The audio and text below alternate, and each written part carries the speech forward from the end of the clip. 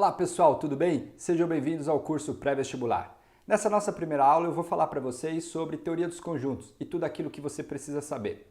Antes de mais nada, já deixa seu like, se inscreva, comente e compartilhe para que esse canal cresça e você cada vez mais tenha acesso a uma matemática de qualidade, tá bom? Então vamos lá. Bom pessoal, a teoria dos conjuntos, primeira coisa, a gente precisa ter a ideia, a noção do que vem a ser um conjunto.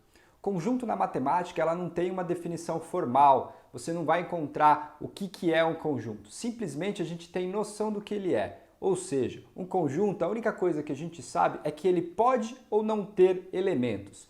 Tá bom? Então essa é a única coisa que você vai saber sobre conjuntos. Ele pode possuir elementos. E essa relação entre conjunto e elemento ela é chamada de relação de pertinência. Então são conceitos que a gente chama na matemática de primitivos, que ele não tem uma definição formal, simplesmente a gente só sabe a noção, ideias intuitivas. Ok? Então vamos lá, boa aula para vocês! Bom pessoal, como eu disse para vocês, conjunto é algo que não tem uma definição. A única coisa que a gente sabe é que ele possui o quê? Elementos. Então o conjunto, a única coisa que a gente pode dizer sobre ele é que ele possui elementos. E dentro dos conjuntos existe uma relação que a gente chama de relação de pertinência, que é o seguinte: digamos que você tem um conjunto A, em geral, os conjuntos são denotados por letras maiúsculas do nosso alfabeto e os elementos são denotados por letras minúsculas, tá bom? Então, se A é um conjunto e eu vou pegar X, um elemento, apenas duas coisas a gente pode dizer com certeza, que é o seguinte: o X pertence ao conjunto A, então esse símbolo aqui é um cognitivo que a gente diz que ele pertence. Então eu estou te dizendo que esse elemento, esse objeto, pertence a esse conjunto A. Ou X não pertence ao conjunto A. Então quando eu pego o símbolo de pertence e faço um traço nele, ele vem nos dizer não pertence. Então, resumindo, é o seguinte: conjunto não tem uma definição. A única coisa que a gente sabe sobre eles é que ele possui elementos. E existe uma relação que a gente chama de relação de pertinência entre um conjunto e um elemento, que é a seguinte: se você pegar um conjunto e um elemento, uma dessas duas coisas acontece. Ou este elemento pertence ao conjunto, ou este elemento não pertence ao conjunto. Esse fato de pertencer ou não é o que a gente chama de relação de pertinência. Assim como conjunto, elemento também não tem uma definição. A única coisa que a gente sabe é que elemento ele pertence a algum conjunto. Que conjunto que é? A gente não sabe. Vai depender da característica daquele elemento, da característica daquele objeto. Então, conjunto. A única coisa que sabemos é que ele possui o quê? Elementos. Existe uma relação de pertinência. E essa relação vem nos dizer que se eu pegar um objeto, se eu pegar este elemento, ou ele pertence ao conjunto, ou ele não pertence. Esse símbolo aqui é uma letra grega, a gente utiliza ele para dizer que o elemento pertence ao conjunto, e quando eu coloco uma barrinha, ela vem nos dizer que esse elemento não pertence ao conjunto. Então essa é a relação de pertinência entre elemento e conjunto. Dando continuidade, vou mostrar para vocês como a gente representa um conjunto. Como que são as maneiras que a gente pode representar um conjunto. A gente já sabe que eles são denotados por letras maiúsculas, mas o que a gente pode escrever mais sobre certos conjuntos? Vamos lá. Bom, pessoal, eu vou mostrar para vocês três representações que a gente pode utilizar para falar sobre um conjunto. Como eu já disse anteriormente, a gente utiliza letras maiúsculas para escrever, dar nome aos conjuntos. Mas a sua representação eu dividi em listagem, característica e diagrama de Venn, ou Venn-Euler, como está escrito aqui para vocês. A primeira representação é a listagem. A listagem a gente utiliza entre duas chaves, e os seus elementos ou são separados por vírgulas ou por ponto e vírgulas. Nesse caso aqui eu separei por vírgulas, que deixa a notação um pouco mais enxuta. Ela é interessante quando a gente quer trabalhar com uma quantidade finita ou quando um conjunto segue um certo padrão, uma certa sequência. Por exemplo, eu poderia considerar o conjunto formado pelos pares não negativos. Então seria 0, 2, 4, 6, 8 e assim sucessivamente. Então quando eu coloco esses três pontinhos aqui, se a pessoa já viu os elementos que vêm anteriormente, ele já tem a noção de que depois será o 10, o 12, o 14 e assim por diante. Então, a representação por listagem ela é interessante quando ou você tem uma quantidade finita de elementos ou quando os seus elementos seguem um certo padrão, uma certa escrita que fique fácil para a quem for ler identificar sobre o que aquele conjunto está se referindo. Tudo bem? Então, essa é a primeira representação, que é a listagem. Uma segunda representação extremamente importante é a representação por característica, ou a gente pode também dizer propriedade dos elementos. Vocês vão ver que esses dois conjuntos são exatamente os mesmos. Tanto esse A que eu coloquei aqui formado pelo 1, 2, 3, 4 e 5 lá na listagem, quanto esse A aqui da característica. Por quê? O que é essa tal de característica? Primeira coisa que você tem que fazer é o seguinte, você coloca esse x está representando o quê? O seu elemento. Então eu vou dizer para você onde esse elemento pertence, em qual conjunto que ele pertence. Nesse caso aqui ele pertence ao conjunto numérico dos números inteiros. A certeza que eu tenho é que o conjunto A ele é formado por os elementos que estão aonde? No conjunto dos números inteiros. Essa barrinha ela vem representar a palavra tal que. Então é x pertencente aos inteiros tal que. A partir do tal que, eu vou dizer a característica desse meu elemento. Ó, esse meu elemento tem que ser um número maior ou igual a 1 e menor ou igual a 5. Então, se eu for listar ele, seria o quê? São os elementos inteiros que são maiores ou iguais a 1 e menores ou iguais a 5. Quais são os inteiros que acontece isso? O 1, o 2, o 3, o 4 e o 5. Ok? Então, essa maneira de escrever ela é bastante utilizada na hora de você escrever um conjunto solução, por exemplo, na hora que você vai resolver uma inequação. A partir do momento que eu coloco essa barrinha, eu venho dizer qual é a característica desse meu elemento, qual é a propriedade que ele tem. Ó, ele é um número real com a propriedade que ele tem que ser o quê? Maior que zero. Então, já vimos duas maneiras de a gente representar um conjunto. Uma terceira maneira, também bastante utilizada, e simplesmente chamada de diagrama de Venn, ela sim, é muito importante que você utilize ela apenas para uma quantidade finita de elementos. Por quê? Ela é uma curva, essa curva aqui ela é fechada, tá certo? Ela é como se fosse um círculo ou uma elipse, você decide a maneira que você quer fazer, não tem tanto rigor em relação a isso. Você coloca os seus elementos lá dentro e em geral a gente coloca um pontinho na frente, só para orientar onde realmente aquele seu elemento está. Ele é importante que você utilize para quantidades finitas. Então, se você olha uma representação como essa, você tem que ter em mente que você está representando um conjunto e esse conjunto possui os elementos 1, 2, 3, 4 e 5.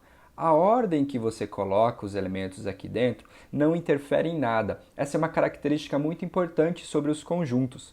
Você não precisa se preocupar com a ordem que você coloca, porque ele não leva isso em consideração. Por exemplo, aqui, ó, eu poderia colocar o meu A como sendo o 2, depois o 1, o 5, o 4 e o 3. Ok, ainda assim seria um conjunto que tem os mesmos elementos. A ordem que eles aparecem dentro do conjunto não faz diferença, ok? Então levem isso também como importante. Diagrama de Venn também é utilizado para você organizar, às vezes, um exercício. Então, por exemplo, eu quero um conjunto formado por homens e um conjunto formado por mulheres. Então, você separa, por exemplo, em círculos. Ó, aqui dentro eu vou colocar só os homens e aqui dentro eu vou colocar o quê? Só as mulheres, tá certo? Aí, eu tenho 45 homens nessa minha amostra. E 32 mulheres.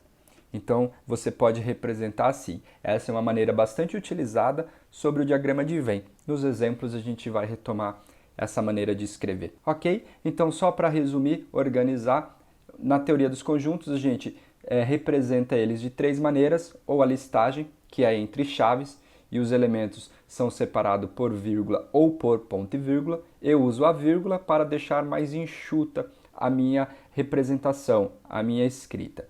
Ou a característica, que é quando eu digo onde o elemento está e qual é a propriedade dele. Utilizo essa barrinha que significa o tal que e utilizo o símbolo que a gente já viu que é o símbolo de pertence. Uma outra e última representação utilizada bastante para quantidade finitas de elemento é o diagrama de Venn. que é uma curva fechada onde você escreve os elementos lá dentro. Então, ok. Na sequência eu vou falar para vocês dois importantes conjuntos e a gente termina essa parte introdutória sobre a teoria dos conjuntos. Vamos lá. Eu quero destacar dois conjuntos que são importantes, que é o conjunto vazio e o conjunto universo. O conjunto vazio, como o nome mesmo já diz, ele é vazio. E ele tem esse nome porque ele não possui nenhum elemento. O que é importante você saber sobre o conjunto vazio? Que é a sua representação.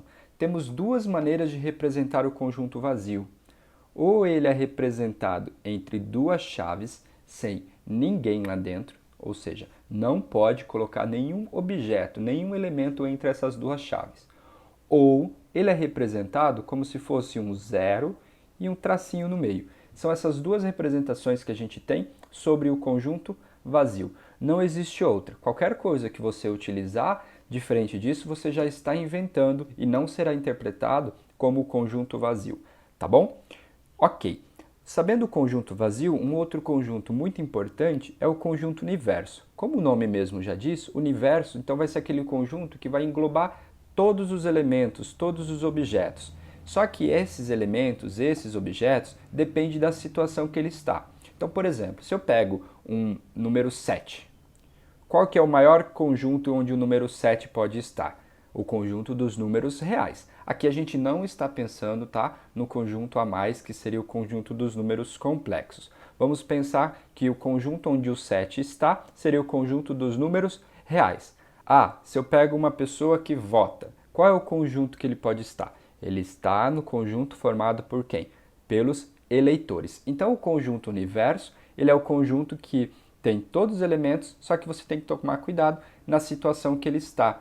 Tudo bem? A representação do conjunto universo, ele é representado ou pela letra U ou ainda pela letra grega ômega. Então essas são as duas representações também que a gente tem para o conjunto universo. Pessoal, quando a gente fala de conjunto, eu já disse para vocês, você pode representar ele por letras maiúsculas. Você não precisa necessariamente utilizar a letra U, você pode utilizar a letra S, desde que esteja claro que aquilo que você está representando seja o conjunto universo. Ok? Matemáticas são códigos. Se você escreve o código e o leitor compreende aquilo que você está passando, então aquele código seu está bom. Se aquele código gera dúvida, então você precisa buscar uma outra representação, um outro tipo de código. Então aqui estão dois conjuntos específicos que são muito utilizados. O conjunto vazio e o conjunto universo. Ok? Então aqui a gente termina a parte introdutória sobre a teoria dos conjuntos. Na sequência, a gente vai ver algumas propriedades, já começando com subconjunto. Eu venho falar agora para vocês sobre subconjunto, ponto extremamente importante dentro da teoria dos conjuntos. Primeira coisa, temos uma definição, a definição do que vem a ser um subconjunto, que é a seguinte: um conjunto A é subconjunto de outro B, C, e somente C, olha só, está destacado, todo elemento de A é também elemento de B. A grosso modo, a gente vai dizer o seguinte: o A será um subconjunto de B se o A estiver dentro do B, ou seja, se todos os elementos de A estiverem dentro de quem? Do B. Digamos que eu possa representar dessa seguinte maneira, ó, olha só. Aqui seria o meu conjunto B, apenas uma representação. Quando eu digo que A é um subconjunto de B, então eu tenho que desenhar o A totalmente dentro do B. Se você perceber, qualquer elemento que você pegar no seu conjunto A, ele vai estar no conjunto B. Então, nesse caso, já é suficiente para eu dizer que o A é um subconjunto de B.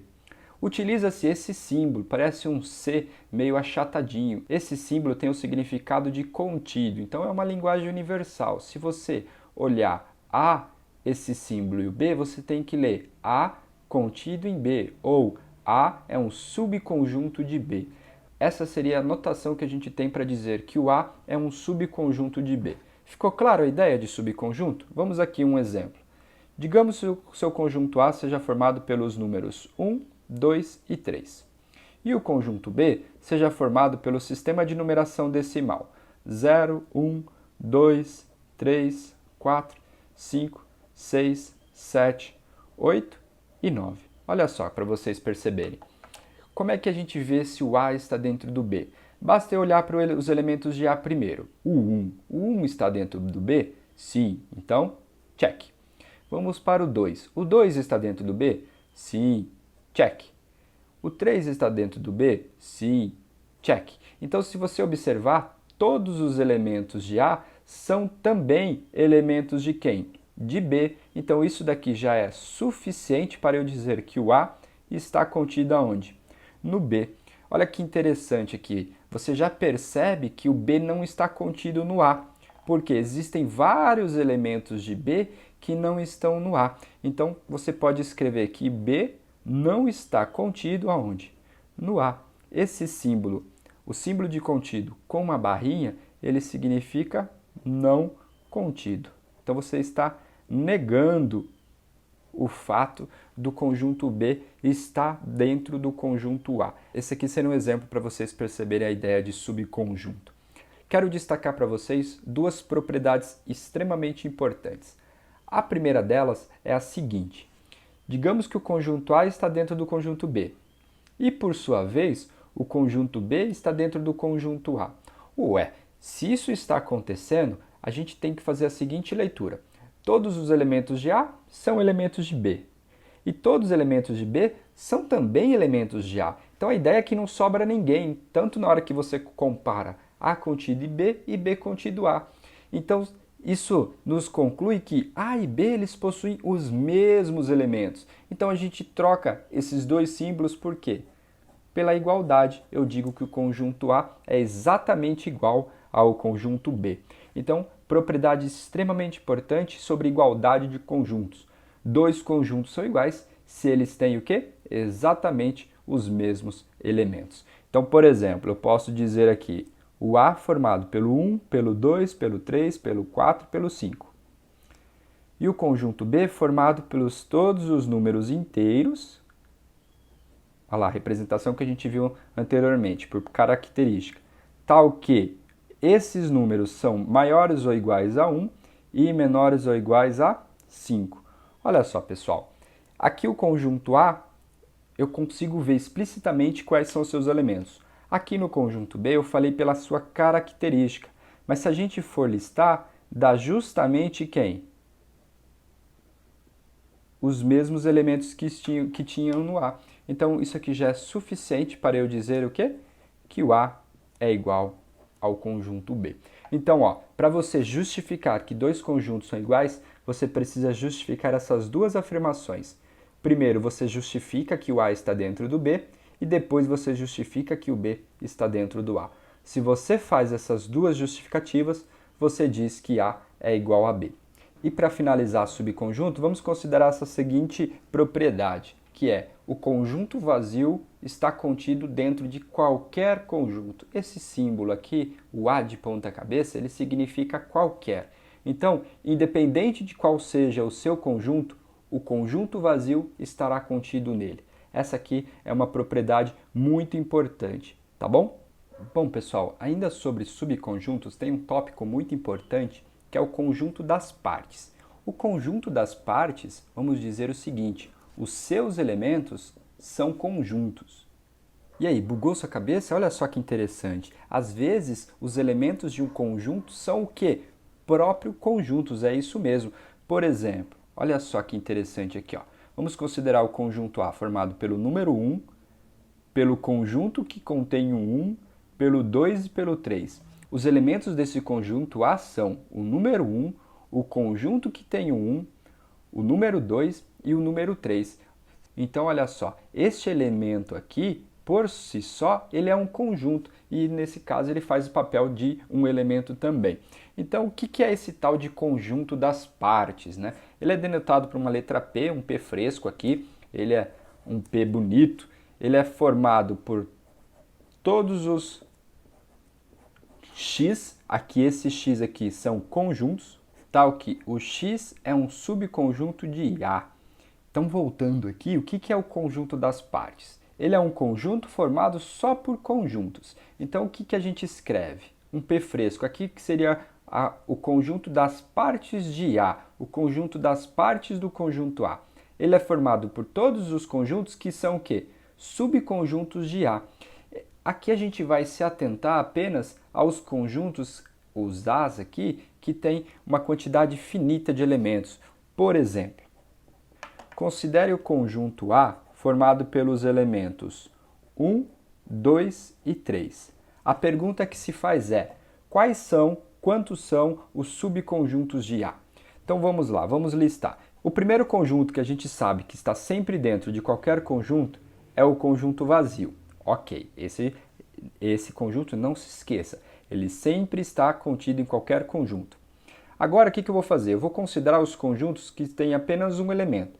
Então seria o 1, depois só o 2, depois o conjunto que tem o 3.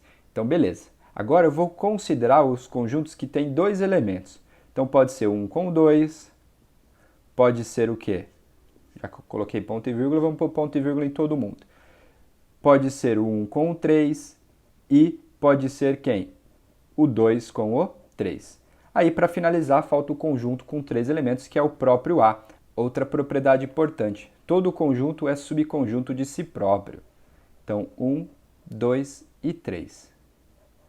Então, olha só, o conjunto das partes, aqui eu tenho uma quantidade finita, o meu n vale 3, porque eu tenho 3 elementos. Quais são os subconjuntos desse conjunto A aqui? O conjunto vazio, os conjuntos unitários, que são aqueles conjuntos que só tem um elemento, então o conjunto que tem o 1, o conjunto que tem o 2, o conjunto que tem o 3. Depois, os conjuntos que têm dois elementos, o 1 com 2, o 1 com 3 e o 2 com 3. E para finalizar, o próprio conjunto A. Olha que interessante aqui. Quantos elementos tem o conjunto das partes? 1, 2, 3, 4, 5, 6, 7, 8. Tem 8 elementos. Então, o que você tem? O seguinte, ó. Se A possui N elementos, então o conjunto das partes de A sempre será 2 elevado a quanto? A N. Quanto que é 2 ao cubo? 2 vezes 2 é 4, vezes 2 dá o quê? 8. Então isso daqui é uma regra, isso daqui é uma propriedade que a gente tem. Se um conjunto tem N elementos, a quantidade de subconjuntos que ele possui é 2 elevado a N, ok? Então é isso que a gente tem. Essa é a ideia do conjunto das partes. É um conjunto formado por subconjuntos.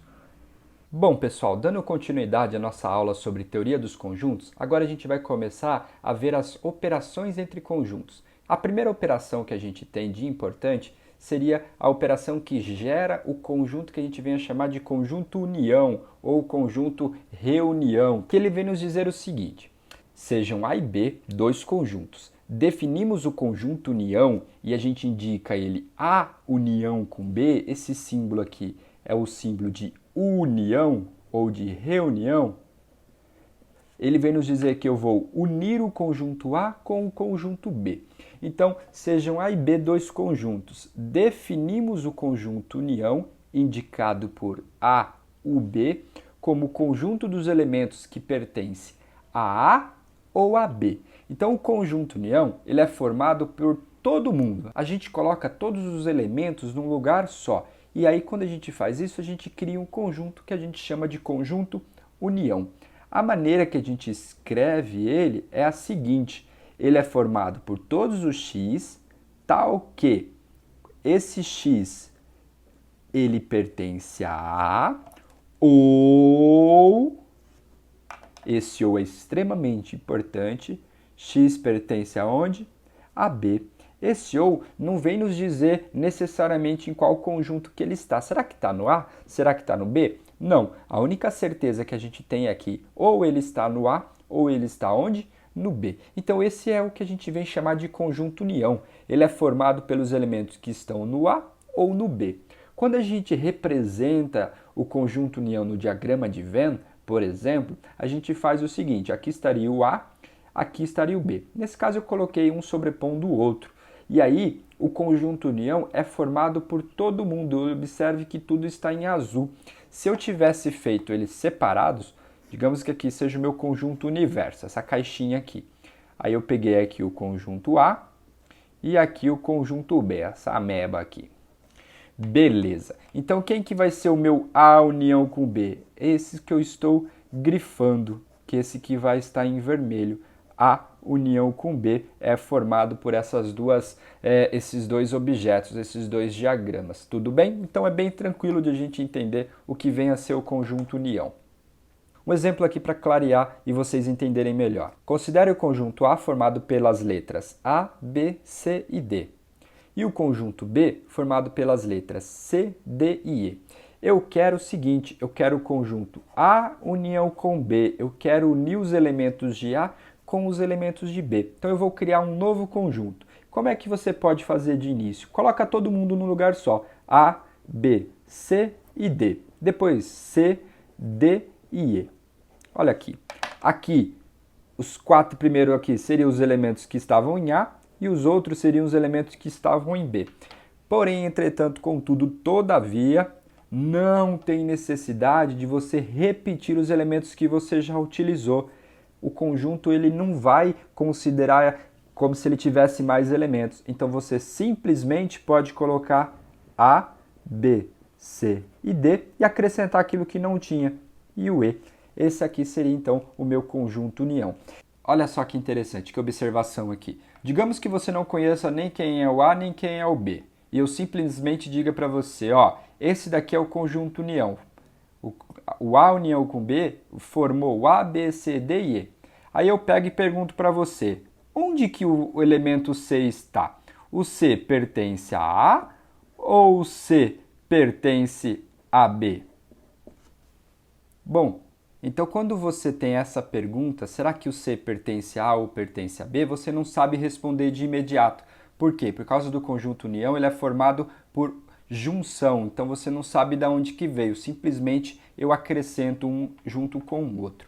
Bom, pessoal, agora eu vou falar sobre o conjunto intersecção ou até mesmo interseção, tá certo? As duas palavras estão corretas. Às vezes utiliza apenas interseção, tirando esse Czinho aqui, e outras vezes a gente utiliza a palavra intersecção. Primeiro vamos entender qual é a definição. Sejam A e B dois conjuntos, definimos o conjunto intersecção, indicado agora por esse U de ponta cabeça aqui, diferente lá da união, esse daqui ele está de ponta cabeça, ele vem nos dizer intersecção, ou seja, a intersecção com B, como o conjunto dos elementos que pertencem simultaneamente. Olha só que interessante aqui. Esses elementos estão tanto no A e no B ao mesmo tempo. Então, o conjunto interseção ele é formado por os elementos que estão simultaneamente tanto no conjunto A quanto no conjunto B. Essa é a grande diferença do conjunto união para o conjunto interseção. Lá no conjunto união era formado pelos elementos que estão no A ou no B. Então você junta tudo, independente de onde eles estão. Agora o conjunto interseção ou intersecção, ele é formado só pelos elementos que estão simultaneamente nos dois conjuntos. Olha aqui, pelo nosso diagrama de Venn, lembra que eu tinha feito o sobreposto? Agora eu não pinto mais tudo. Eu simplesmente vou deixar achurado a parte que é comum, que seria esse pedacinho aqui, que é o que a gente chama de interseção ou intersecção. Então, escrevendo em linguagem matemática, A inter B, a gente pode simplesmente dizer assim, A inter B é formado por todos os x, tal que o x pertence ao A e, agora lá, olha só que diferença, e o que? O x pertence ao B. Então, o conjunto interseção ele é formado pelos elementos que estão tanto no A quanto no B, simultaneamente. Para a gente entender e ficar mais claro, vamos considerar esse seguinte exemplo, que é o mesmo exemplo que a gente utilizou lá na união. O conjunto A é formado pelo A, B, C e D. E o conjunto B é formado pelo C, D e E. Agora eu quero saber quem que é o A inter B. Quais são os elementos que estão tanto no A quanto no B? É essa a pergunta que ele está te fazendo. Esse símbolo é universal, se você enxergar ele em qualquer livro, em qualquer lugar, na feira, na balada, dentro da piscina, ele vai te dizer a mesma coisa. Ó, eu quero saber quem é A inter B. E ele vem nos dizer o seguinte, ó. Por exemplo, Você pega lá o Azinho. O Azinho está no B? Não. Então ele não vai estar na interseção, porque ele não é um elemento comum. Assim como o B também não é um elemento comum. Os únicos elementos que você consegue ver que estão nos dois carinhas ao mesmo tempo é quem? O C e o D. O E não está lá no conjunto A, então você terminou. Esse aqui seria o seu conjunto interseção. Ele é o conjunto formado apenas pelos elementos que estão no A e no B. Se você fosse resolver em termos do diagrama de Venn, você teria isso daqui, ó. Aqui no conjunto A, aqui fora estaria o A, o B, aqui em comum está o C e o D, e aqui no conjunto B que faltou era o E. Olha só que interessante. Aqui é a representação que a gente tem utilizando o diagrama de Venn do A interseção com B.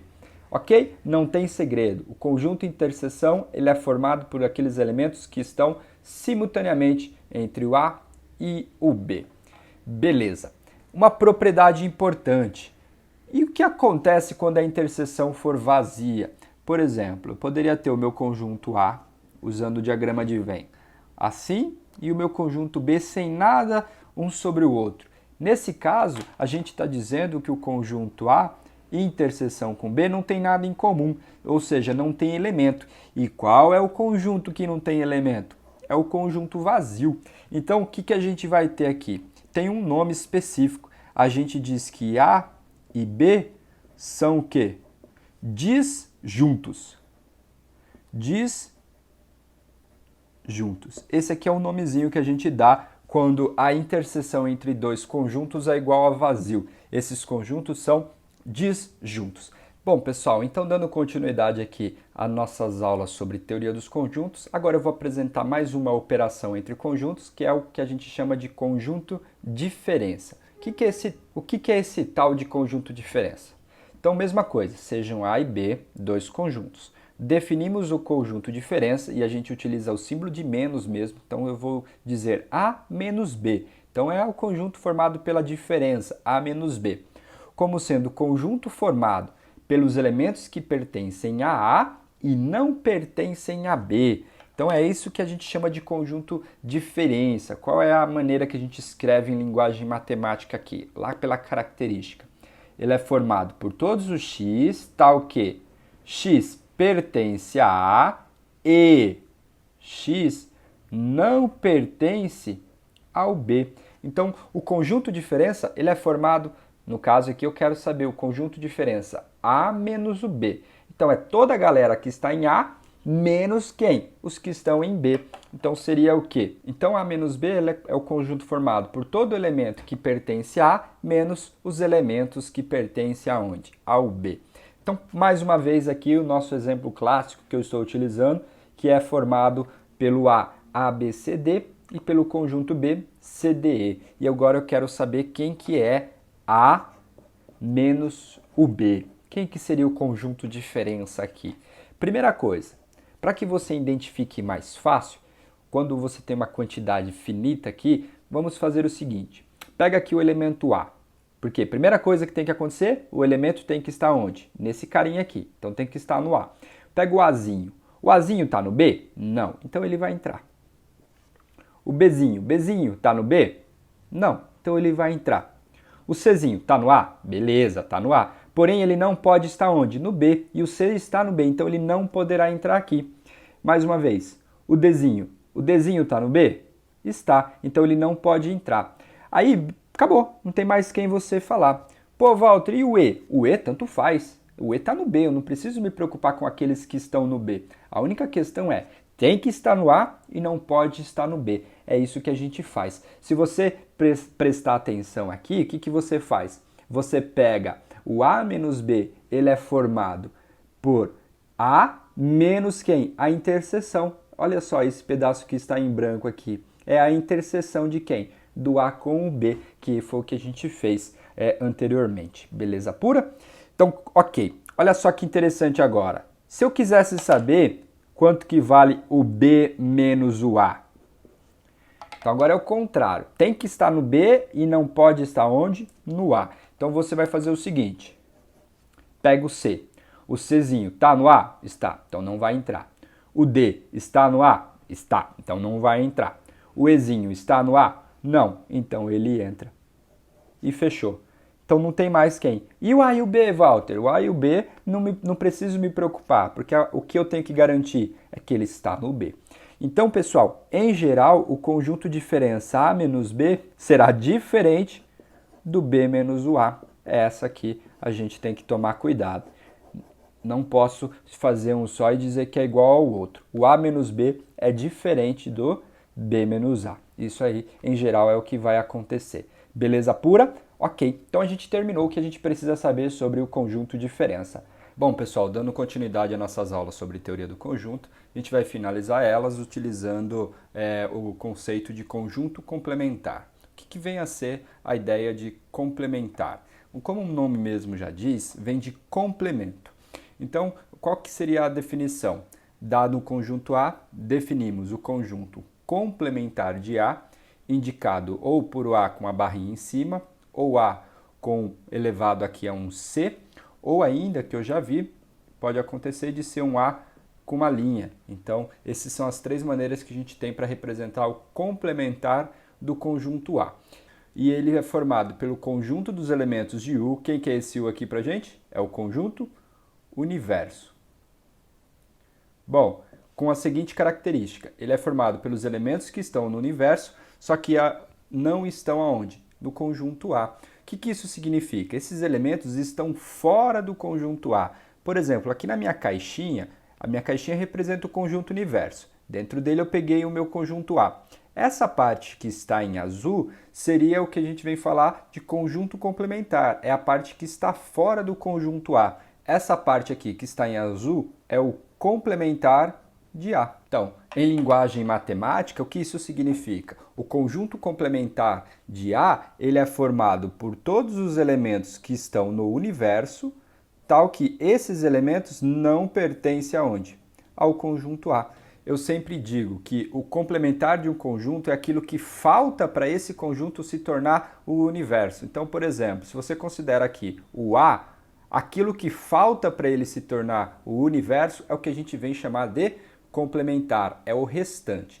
A ideia de complementar, esse tipo de notação, a gente só utiliza ela quando a gente está comparando com o conjunto universo. Por que eu estou te dizendo isso? Porque é uma outra maneira de a gente falar de complementar. Só que essa maneira que é utilizada quando você tem um conjunto dentro de outro. No caso aqui, considere aqui a minha caixinha, que seria o meu conjunto universo. Eu considerei um conjunto um pouquinho maior aqui, que é o A. E dentro do A, eu tomei um subconjunto B. Então, observe que aqui eu estou te dizendo que B está contido em A. Aí, a notação ela é um pouquinho diferente. Não utilizo nem a barrinha e nem utilizo o elevado. Eu utilizo uma letra aqui, que é a letra C. Eu tenho um índice e um elevado. O que isso significa? Qual é a leitura que a gente faz? Olha lá. Complementar de B em relação ao A. Então, como é que você vai ler? Esse carinha aqui de cima, você quer saber o complemento dele em relação a quem? Ao conjunto A. Então, você vai querer sempre saber o complemento do subconjunto. Então, qual que é a ideia? Você olhar o A como se o A fosse o seu conjunto universo. Então, eu quero saber quais são os elementos de B que faltam para ele se tornar quem? O A. Por isso que essa partezinha aqui que está em azul. Então, se você for escrever a definição, seria todos os x pertencentes aonde? Ao A, tal que o x não pertence a quem? Ao B. Então, esses seriam os elementos. Os elementos que estão no complementar de B em relação ao A são todos os x, tal que x pertence a A e x não pertence a quem? A B. Porém, gente, tomem cuidado, essa maneira de escrever aqui, ela só é utilizada quando você está falando de subconjuntos, tá? Quando você quer relacionar o subconjunto com o conjunto maior, aquele conjunto que ele está dentro. Tudo bem? Então vamos lá para esse exemplo aqui para ficar bem claro para vocês. Considere o conjunto A formado pelas letras A, B, C e D. E o conjunto B formado pelas letras C e D. E o meu conjunto universo aqui é formado por A, B, C, D, E e F. No item A, eu estou perguntando aqui qual é o complementar de B em relação ao A. Primeira coisa, eu quero complementar de B em relação a quem? Ao A. Primeira coisa é verificar se o B está contido em A. Observe que todo elemento de B é um elemento de quem? De A. Ou seja, o C está em B, está em A. O D está em B, está em A. Então, necessariamente, o B está contido em A. Então, o complementar de B em relação a A é aquela galerinha que falta. Ou seja, falta o próprio Azinho e quem? O Bzinho. Então, ele seria o complementar, que é o Azinho e o Bzinho. Concluindo, o complementar de B em relação ao A seriam aqueles elementos que faltam para o B se tornar quem? O A. Faltaria quem? O Azinho e o Bzinho. Beleza? Então é isso que a gente tem sobre complementar em relação a dois conjuntos, quando um é subconjunto de outro. E aí, para finalizar, usando a ideia da definição de complemento com a barrinha, eu quero saber o B barra. Só que agora eu vou comparar ele com o universo. Qual que seria o complementar de B em relação ao U? Se você quiser, você pode até escrever assim, complementar de B em relação a quem? Ao conjunto universo. Quem que falta para o B se tornar o universo? Observe que o C já está e o D já está. Então falta quem? Falta o A, o B, o E e o F. Esse daqui seria o complementar de B em relação ao U, ou simplesmente só complementar de B. Então, resumindo aqui, o que a gente tem? Conjunto complementar é aquele conjunto que falta, aquele conjunto que está fora de um determinado. Se eu quero saber o complementar de A, eu vou olhar para os elementos que estão fora de A, aqueles elementos do universo que estão faltando para o A se tornar o todo, se completar. Beleza? É isso que a gente tem. Quando eu estou com um conjunto dentro de outro, ou seja, dentro da teoria de subconjuntos, aí eu tenho que acrescentar complementar de B em relação a quem eu quero. Sempre vai ser em relação ao conjunto que ele está dentro, tá bom? Então essas duas notações aqui são notações diferentes. Essa eu sempre comparo com o conjunto universo e essa que eu sempre comparo com o conjunto em que ele está dentro, perfeitamente. Então é isso que a gente tem. Por exemplo, aqui ó, a gente sabe que o conjunto dos números reais ele é formado pelo conjunto dos números racionais unido com o conjunto dos números irracionais. Aqui estão os números naturais, os números inteiros, todas as frações de números inteiros. Os irracionais são aqueles números que eu não consigo escrever na forma de fração. A gente vai ver uma aula só sobre conjuntos numéricos, tá? Aguardem só. Porém, o que a gente tem? Qual é o complementar de quem? Do conjunto dos números racionais? Seria os irracionais. Para quê? Para que dê o meu R, que seria o meu conjunto universo. Feito isso, eu consigo, então, duas propriedades super importantes, que são as seguintes. Todo conjunto unido com o seu complementar é igual ao universo. Todo conjunto interseção com o seu complementar é igual a quem? Ao vazio. Observe que faz sentido. Dentro do conjunto A e esse que está aqui fora não tem nada em comum, por isso que não tem nenhum elemento. Então é igual ao conjunto vazio. Então beleza, gente. Só falta só mais um pedacinho e a gente termina toda a parte teórica em relação à teoria dos conjuntos. Vamos lá? Bom, pessoal, finalizando aqui, se eu precisasse contar o número de elementos de um conjunto, se fosse possível contar. Aqui a gente vai apenas considerar o caso em que os conjuntos têm uma quantidade finita de elementos. A notação é o seguinte, então considerei aqui A e B, conjuntos quaisquer. N de A, o que isso significa? O que essa notação significa? Número de elementos do conjunto A. É isso que significa essa notação, beleza? Então, por exemplo, se o meu conjunto A for o conjunto formado pelas letras A, B e C, então o número de elementos do meu conjunto A será igual a quantos? 1, 2, 3. Então, seria igual a 3. Lembre-se sempre, essa notação você tem que colocar igual ao quê? Igual a sempre a um número. É isso que a gente tem. Isso que significa número de elementos de um conjunto. Bastante utilizado, principalmente lá em teoria de probabilidade ou até mesmo na hora que a gente vai fazer exercícios um pouco mais práticos, é interessante a gente saber quantos elementos a gente tem na união. Por exemplo, pessoal, o que a gente vai fazer aqui? Ó? Só para a gente entender quantos elementos a gente tem na união. Digamos que o conjunto A seja formado pelos elementos A, B, C, D e E. E o conjunto B seja formado pelos elementos D, E e F, ok? Então é isso que a gente tem. Primeira coisa que a gente vai fazer, quantos elementos a gente vai ter na união? Primeira coisa, quem é A união com B? A união com B, a gente já viu que basta juntar todo mundo. Então seria A, B, C, D, E e F. Observe que só faltou o F, né, para a gente escrever A união com B. Então a gente faz o seguinte, quantos elementos a gente tem no conjunto A? 5. Quantos elementos a gente tem no conjunto B? 3. Quantos elementos a gente tem no conjunto A união com B?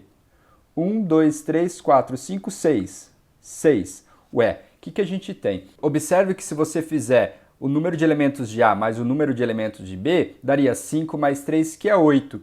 8, mas deu 6, então significa que tem 2 a mais. Quem são esses 2? São justamente aqueles elementos que têm o quê? Em comum. Ou quem que seria, por exemplo, A inter B, que é aqueles elementos que estão tanto no A quanto no B.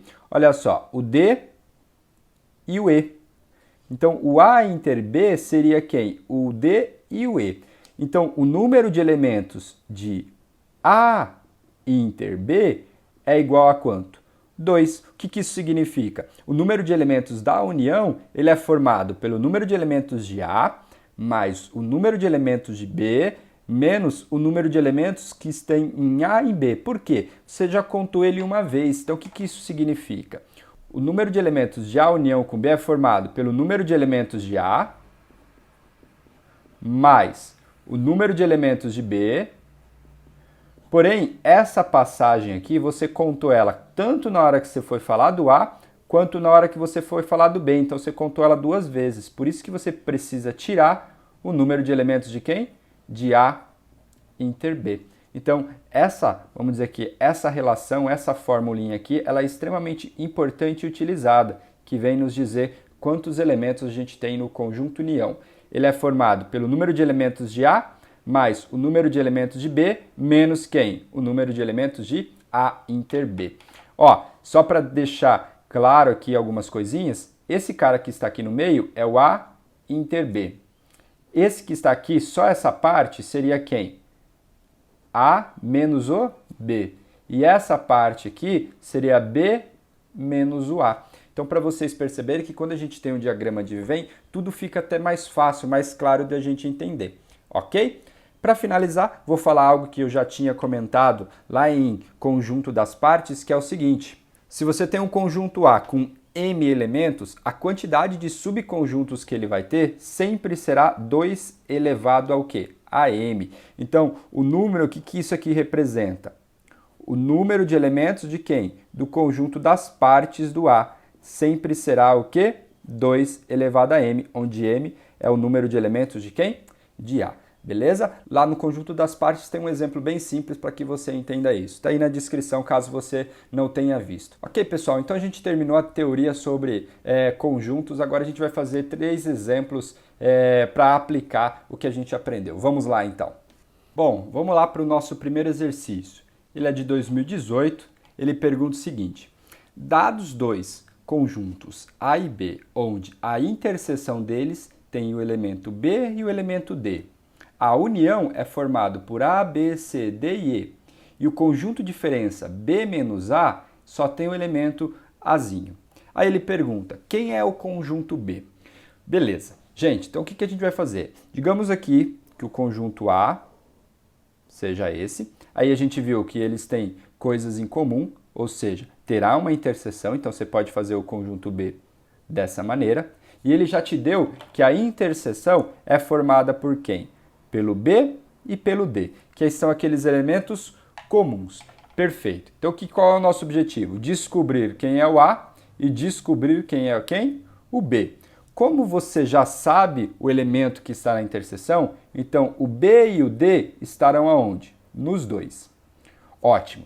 Lembre-se, você consegue tirar alguma informação quando você tem a união? Não, porque quando você pega um elemento da união, você não tem a certeza se ele está só no A ou no B, ou ele poderia estar aonde? Nos dois, perfeito? Então é isso que a gente vai fazer. Então vamos lembrar o que é isso aqui, o que é o conjunto diferença, o B menos A. Ele é formado por todos os elementos que estão em B e não estão aonde? No A. Então, necessariamente, ele vai me dar os elementos que estão aonde? No B e não estão no A. Perfeito. Aí acabou, porque ele te deu que B menos A é igual a quem? É igual a só o elemento Azinho. Então, certeza absoluta que este carinha aqui está onde? No B. Então, eu posso colocar o Azinho aqui. Tá bom? Tem mais alguém, será? Não, porque se tivesse, teria aparecido aqui na interseção ou aqui. Então, o conjunto B estaria o quê? Finalizado. Faltou só quem? O A para ele. E quem que seria o conjunto A? O conjunto A é formado pelo B, pelo D, que a gente já tinha escrito. Eu fechei aqui ele sem querer. Aí sobrou quem? Para a gente colocar aqui o C e o E. Esse daqui seria o conjunto A. Como o exercício só pede o conjunto B, a gente teria terminado aqui. E a resposta correta é a alternativa C. Então esse tipo de exercício a gente vai fazendo ele por eliminação. Vou utilizando as propriedades, vou utilizando as informações que ele deu e assim eu vou eliminando aquilo que não pode ocorrer. Ok? Vamos para mais um. Bom, pessoal, aqui um segundo exercício, um exercício também bem atual, da FUVEST agora 2018, a primeira fase, que ele falava o seguinte: dentre os candidatos que fizeram provas de matemática, português e inglês num concurso, 20 obtiveram nota mínima para aprovação nas 3 disciplinas. Além disso, sabe-se que, então eu vou ler aqui, 14 não obtiveram nota mínima em matemática, 16 em português, 12 em inglês. 5 não obtiveram nota mínima em matemática e em português. 3 não obtiveram nota mínima em matemática e inglês. 7 não obtiveram nota mínima em português e inglês. E 2 não obtiveram nota mínima em português, matemática e inglês. Aí o que a FUVEST veio te perguntar? A quantidade de candidatos que participaram do concurso. Pessoal, a participação está vinculada no seguinte: nos candidatos em que obtiveram nota e o não obtiveram. Então, para eu saber quantos candidatos participaram, eu vou dividir ele em 2 grupos. O grupo que obtiveram nota mínima e o grupo que não obtiveram nota mínima. Todos os dados que o exercício aqui me passou foram formados pelas galeras que não obtiveram. E ele disse que 20 pessoas obtiveram nota mínima. Então, basta eu pegar esse 20 e somar com esse pessoal aqui.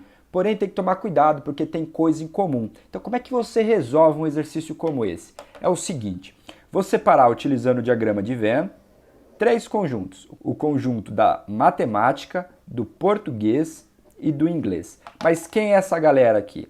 É o pessoal que não obteve ou não obtiveram nota mínima.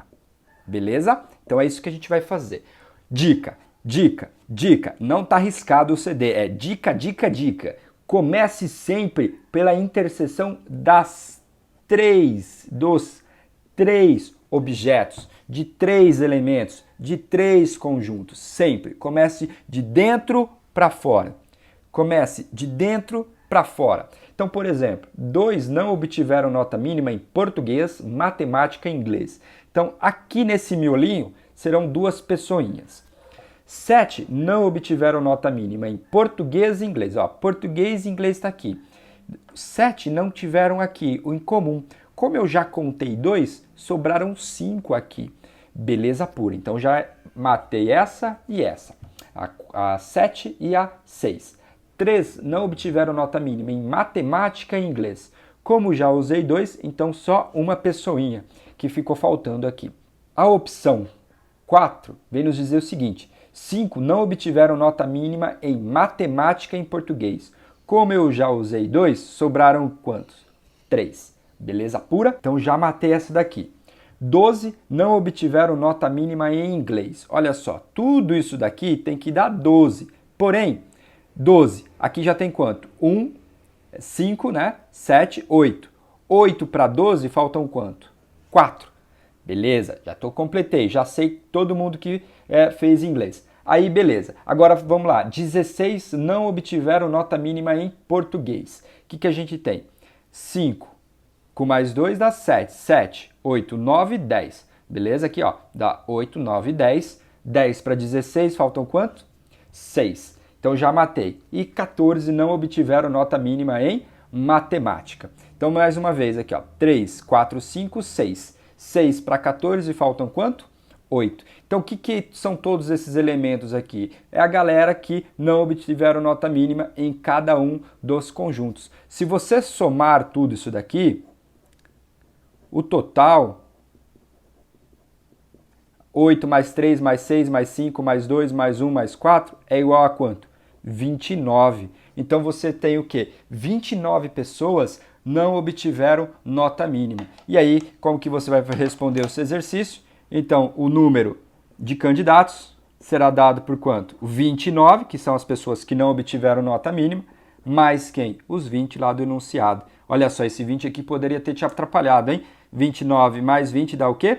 49, alternativa E. Então aí a gente termina o exercício aí da FUVEST 2018. Organização, gente, diagrama de Venn. Falou em quantidade? Separem diagrama de Venn. Coloque aqui esse caso tem interseção. E principalmente, comece do miolo, comece de dentro para fora. Beleza? Porque aí assim você já vai eliminando muitas coisas. Um grande abraço e vamos para mais um exercício. Então vamos lá para o nosso último exercício, vestibular 2017. Os N alunos de uma turma realizaram uma prova com apenas 2 questões. Sabe-se que 37 alunos acertaram somente uma das questões. 33 acertaram a primeira questão. 18 erraram a segunda e 20 alunos acertaram as 2 questões. Se nenhum aluno deixou a questão em branco, assinale o que for correto. Então vamos lá, vamos pensar assim. Aqui seria o meu conjunto universo, a galerinha toda. Vou chamar aqui de P as pessoinhas que acertaram o quê? A primeira questão. E eu vou chamar de S as pessoinhas que acertaram o quê? A segunda questão. Então esse P aqui seria então a primeira questão. E esse S aqui seria a galera da segunda questão. Obviamente aqui fora seria o pessoal que não acertou nem a primeira e nem a segunda. E esse meu quadradinho aqui, minha caixinha seria o meu conjunto universo. Então o que a gente tem? Qual que é a ideia aqui? Vamos lá. Primeira coisa, como eu disse para vocês, sempre comecem de dentro, da parte interna, daquilo que tem em comum. E ele me deu 20 alunos acertaram as 2 questões. Então aqui eu vou chamar de 20. Beleza pura. Então, ó, aqui uma ideia para que você não erre, não leve na intuição, eu vou chamar de X o restante aqui e de Y o restante que está na segunda questão. E aí a gente vai, ó. Sabe-se que 37 alunos acertaram somente uma das questões. Então, ó, pessoal, aqui são a galerinha que acertaram as 2 questões. Então, aqui que está aqui fora, tanto X quanto Y são o quê? O pessoal que acertou apenas uma questão. Então, X mais Y é igual a quanto? 37. Fechei. Já sei que X mais Y é igual a 37. Matei essa informação. 33 pessoas acertaram o quê? A primeira questão. O que é a primeira questão? Não é formada por tudo isso daqui? Essa é a minha primeira questão. E ele está te dizendo que X mais 20 dá quanto? 33. Então, X mais 20 é igual a 33. Ah, daqui eu já tiro que X vale quanto? Vale 13. Então, já matei o meu X aqui. Ele é 13. Fechado. Aí, o que falta agora? Se o X é 13, substituindo aqui, eu já tiro que Y é igual a 37 menos 13, que é igual a quanto? 24. Então, o meu Y também é igual a 24. Você poderia falar assim, Walter, não precisava fazer X e Y, já dava para perceber direto. Ótimo, se você já vê isso direto, vai fundo. Mas eu sempre acho que assim fica muito mais organizado, principalmente para um exercício de segunda fase. Beleza pura, sem mistura. O que a gente tem agora? Vamos lá, falta mais uma informação. 18 pessoinhas erraram a segunda questão. Gente, aqui estaria o pessoal da segunda questão. É isso aqui que eu vou zigue-zaguear aqui, ó. Gostaram da minha palavra? Zigue-zaguear, hein? Não vai copiar, hein? Então, zigue-zagueando aqui a minha segunda questão, tudo aquilo que está fora dela são o pessoal que errou. Ou ele acertou a primeira, ou ele errou as 2 questões. Porém, ele disse que foram 18 pessoas que erraram a segunda. Como 13 pessoas acertaram a primeira questão, significa que 5 pessoas que aconteceu com essas 5 pessoas? Elas erraram as 2 questões. Então, pessoal, o número total de alunos na escola é o quê? 13 mais 20 mais 24 mais 5, que isso daqui dá quanto? 62, tá certo? Então, isso aqui é igual a 62. Aí, as alternativas me dizem o seguinte, o que eu posso dizer sobre o número 62? Primeira coisa, ele é um múltiplo de 4? Não. Se você observar, 62 não dá para dividir por 4, então eu já mando embora essa.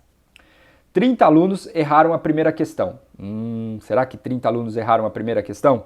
Vamos lá. Quantas pessoas erraram a primeira questão? 24 mais 5 dá o quê? 29. Tá certo? Ó, porque errar a primeira questão significa que ele acertou só a segunda ou ele não acertou nenhuma. Então 24 mais 5 é igual a quanto?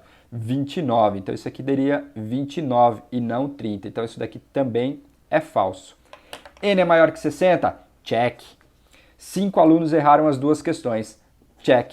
Então esse aqui é aquele exercício de soma. 4 mais 8 é igual a quanto? 12. Essa aqui seria a sua resposta, aquilo que você iria assinalar no seu questionário. Beleza, pessoal? Finalizamos. Obrigado por assistirem todas essas aulas e a gente completar o nosso estudo sobre teoria dos conjuntos. Um grande abraço e a gente se vê em breve. Até mais!